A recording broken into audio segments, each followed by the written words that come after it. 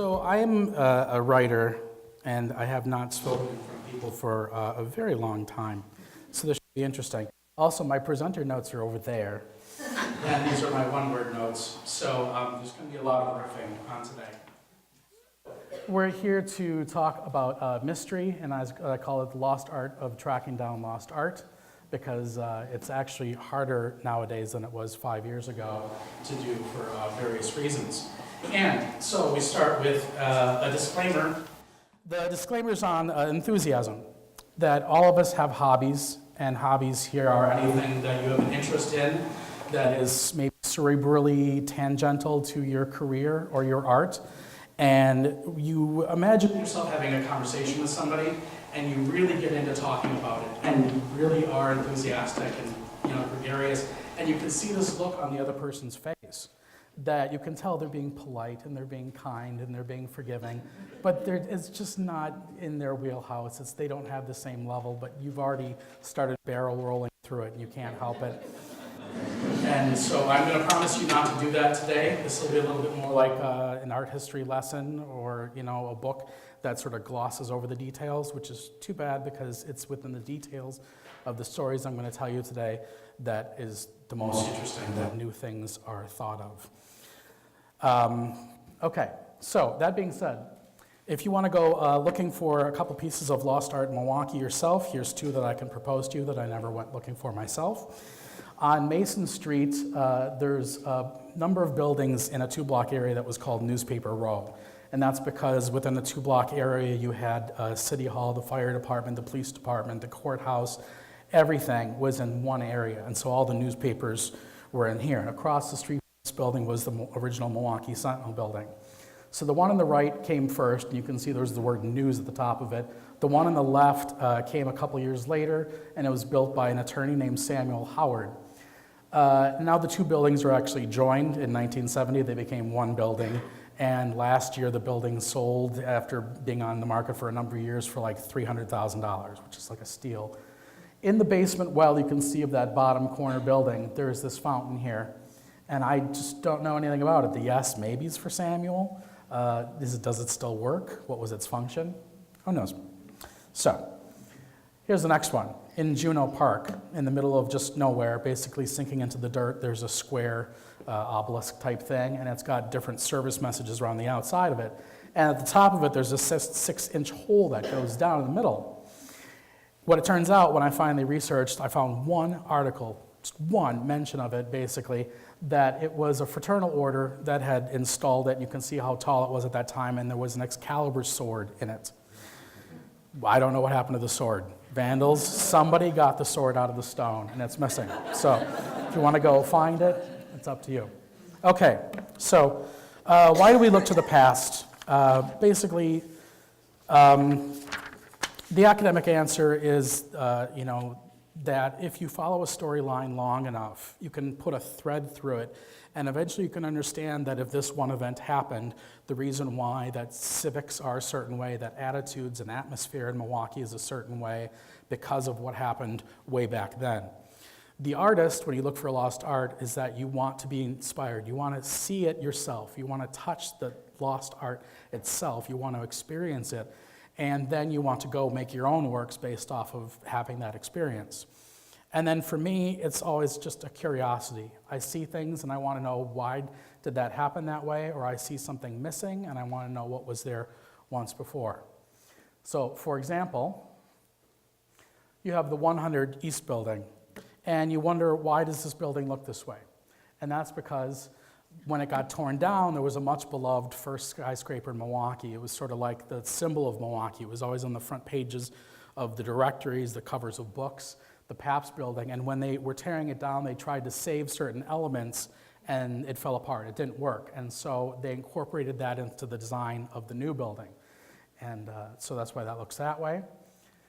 This was the Exposition Building. That was the first convention center. And at that time, there's a lot of World's Fair. It was a very popular thing to do. This was basically our first museum, our first expo hall that had modern features like elevators and electric lights, and it dominated the landscape. This is about 8th and Wisconsin looking down. But it burned in a fire. It was only around for about 15 years at the most. It burned in a 1905 fire, and it was replaced by the Milwaukee Auditorium a couple of years later. Now, across the street from the Milwaukee Auditorium is the Wisconsin Center. And so now you understand a little bit why they put these architectural touches in. You know, some of the Gothic German Renaissance is that it's also reflective of what this famous Expo building looks like. So, all right, so here's our subjects for today. The Lady Germania statue and the Queen of the Elves. And they're both connected in a physical way. At one point, they would meet in real life, and they both had very similar protagonists. They're both from Germanic states before there was Germany. And one is a very well-documented artist in Milwaukee, and the other one has basically been forgotten. And so both pieces of art were dogged by controversy in the lifetime that they existed. So the first one is Germania. Germania is the personification of Germany. It dates back in paintings to about the 1600s. The legend goes back even further, and to Roman times. And she was at times seen as the Virgin, as royalty, as a protective mother, and then eventually as a warrior queen. That's probably one of my favorites over there from 1914, is the one where she's really angry looking. And she always was pictured usually with like the Reichsschwert sword and the imperial crown of the Holy Roman Empire on her head, or she was holding it. And in 1871, when Germany unified into one country after the Franco-Prussian War, they built the Niederwald, and Niederwald-Denkmal translates to forest monument, so it's the whole thing. But on top of this monument was the Lady Germania statue, and it's this particular figure that is replicated over and over again in different arenas. In America, it would appear, with German people, businessmen, this was a branding thing as well. So the one on the right was built for a concrete company at the World's Fair, and the one in the middle is made out of chocolate. And at the World's Fair. The one on the right, funny enough, I just found out, pieces of it were found in 2005 buried in Lincoln Park. So you never know when you're going to be able to find a missing statue. Okay, so in 1896, George Brumder was a self-made publisher, and he made enough money that he was building a building. He made hymnals and books and newspapers and almanacs that were all in German. The building was the tallest until City Hall was finished a little bit later that year, so it was the tallest thing in the landscape. It would have been taller, but in 1893 there was a financial crash, and so they finished off the building with those Pickelhuben domes and some other elements.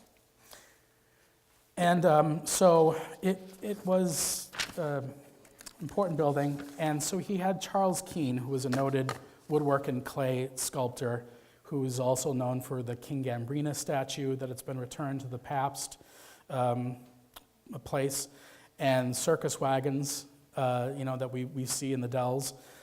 He hired him to make a 1/3 scale replica. It's metal, it's like 6,000 pounds, it's about 12 feet tall, and it's the Niederwald version of the Germania. I also want to note that I love what the plaza used to look like. There used to be a lot of brick streets in Milwaukee that looked like European, the way things used to before the park and the other things were put there. This is how the Germania appeared on the front cover of the calendar, diaries, articles. But in 1917, there was a lot of anti-German sentiment, and Wisconsin was considered a traitor state before the war. La Follette was against the war, and they all, discounted him. And about 6 months before the incident we're going to talk about, vandals in Green Bay tore down the statue that was in the downtown building. They tore down the wrong statue. They thought it was German, but it wasn't. But the idea was there. So anyway, in Milwaukee, there was also a lot of commodification of the old country. So it wasn't just that they were trying to remember their old homeland or honor it, but that it was a branding thing. It was an advertisement. Germania basically is an advertisement for the old country, and Germans would then recognize it and patronize the business. But so in the next year, they had to basically Americanize themselves. It was the beginning of Americanizing everything in Milwaukee. Sauerkraut was called Liberty Cabbage. In Washington Park, the Goth statue was covered with black drape. And it was not safe to speak the language, and the streets were being renamed.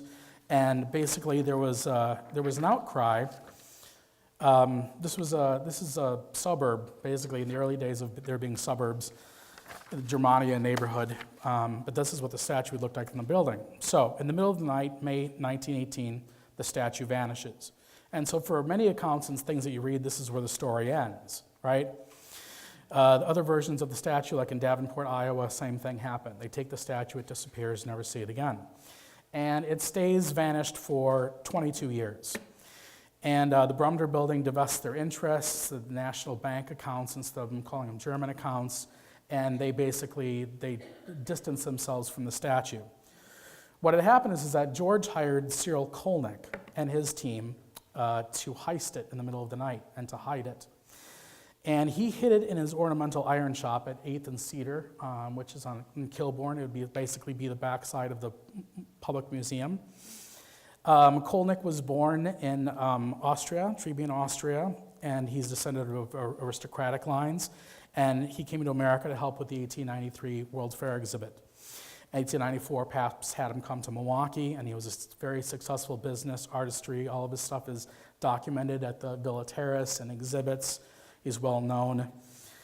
Okay, so here's where it was hiding in his shop. The WPA actually has another photograph that I can't show you because I can't get permission for it. But this was from an article that a newspaper guy wrote in which he basically talked to the statue as if it had come to life and she had a personality. So in 1940, Cyril loaned it out to the Milwaukee Auditorium for a convention, and they didn't bring it back.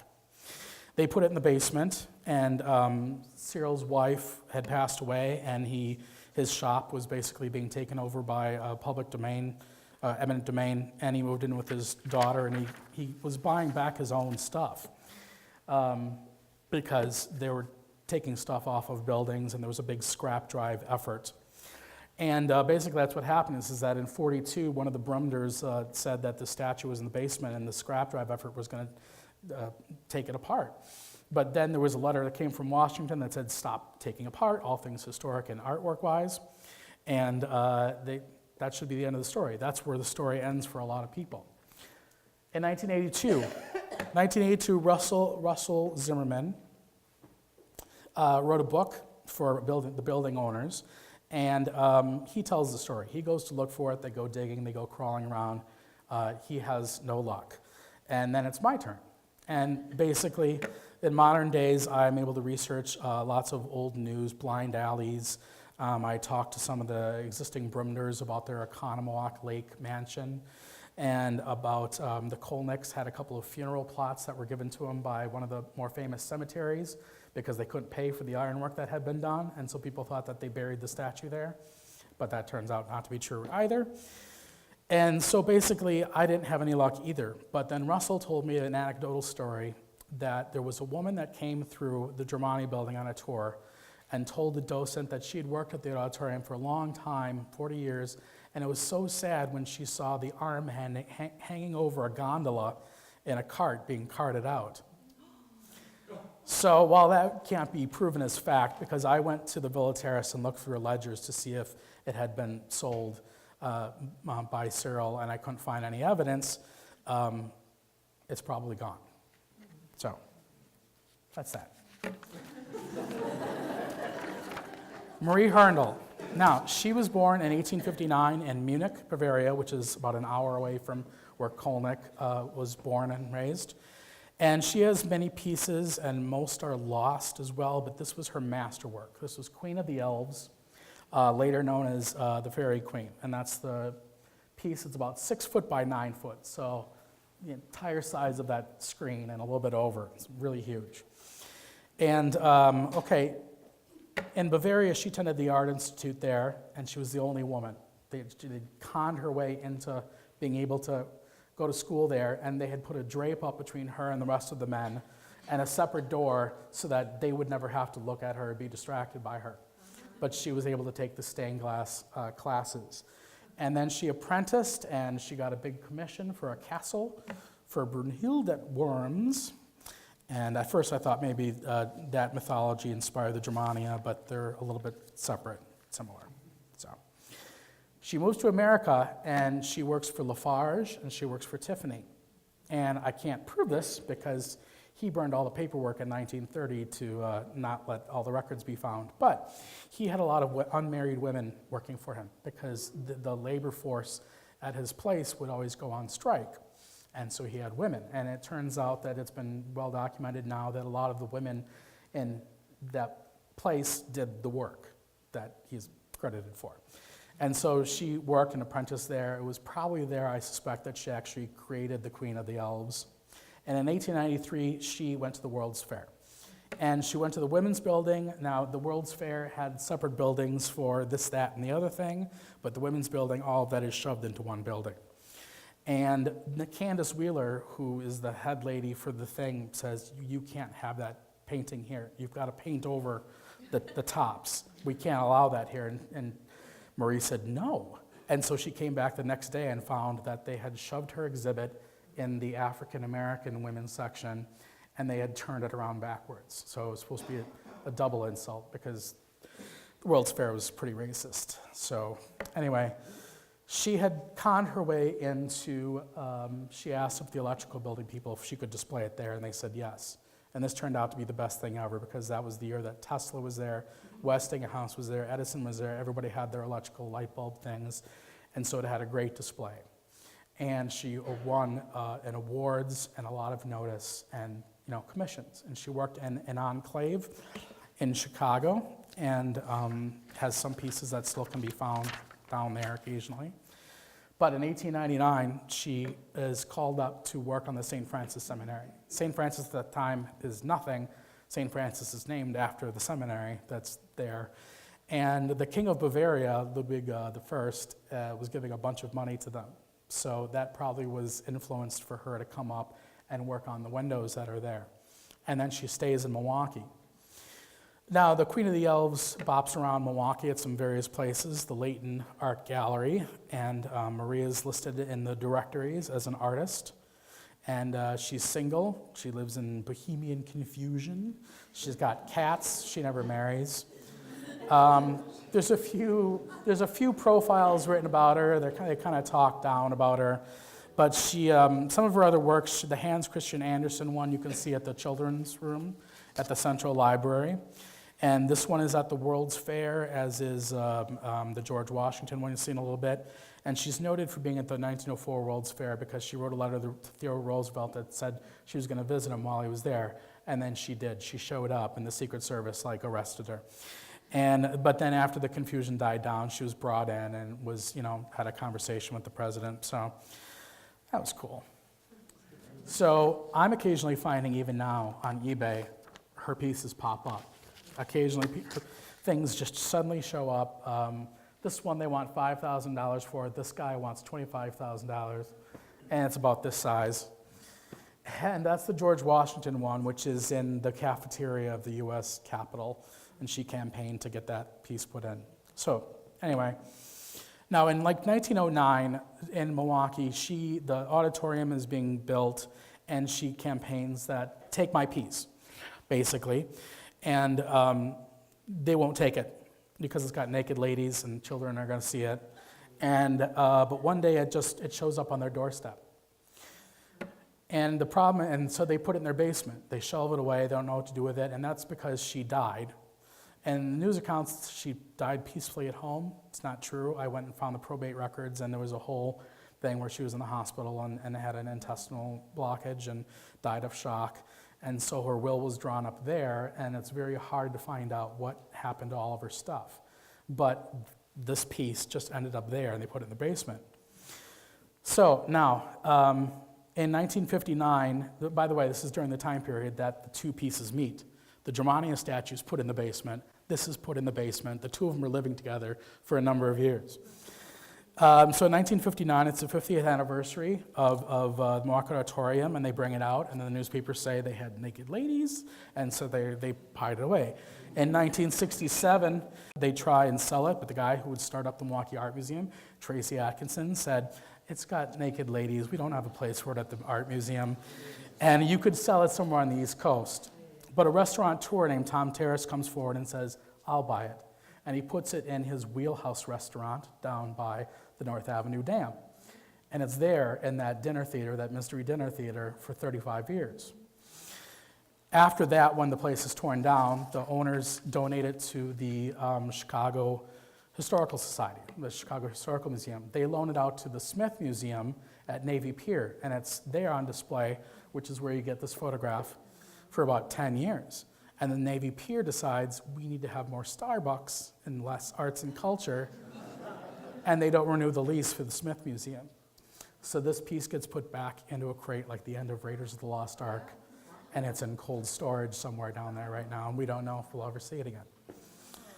So, another artist to look for, and this is like a plug for myself, is that I did a series called Vantage Point where I was on the top of various buildings in Milwaukee to see what the view looked like, and this was for Central Library, and then I would research the building. And I found by going through Google News archive search, which by the way, a lot of the great stuff for Milwaukee Journal and Sentinel can't be found there anymore, so a lot of the research I did today, that I did then, I wouldn't be able to do today. Anyway, but this was from Doings in Grain magazine from the Grain Exchange, and they identified the artist as Frank Stevens. The people at the library thought it was from a Chicago terracotta company that was hired to do a lot of other things, but Frank Stevens was a very quiet Brit that lived in Milwaukee that did a lot of famous artwork pieces. There was a sunken garden at the library, sunken garden outside the Mitchell Domes, and when they tore that down, they took the big lion head, and when you go to that big showpiece museum, you can see it there. And a lot of other famous buildings and pieces are his, but they're just unidentified. And you go to there's a database for the Museum of Wisconsin Art. And they do have Marie listed, but they also have Frank listed, but they have nothing about his history. They don't have any of his artifacts listed. Nobody's done the research to find out more about this artist. So, thank you. If anybody can find a Caspers Directory for me, like intact from the old days, that'd be great. This is a fantastic book if you ever get. They have digital scans of it online, but this is great.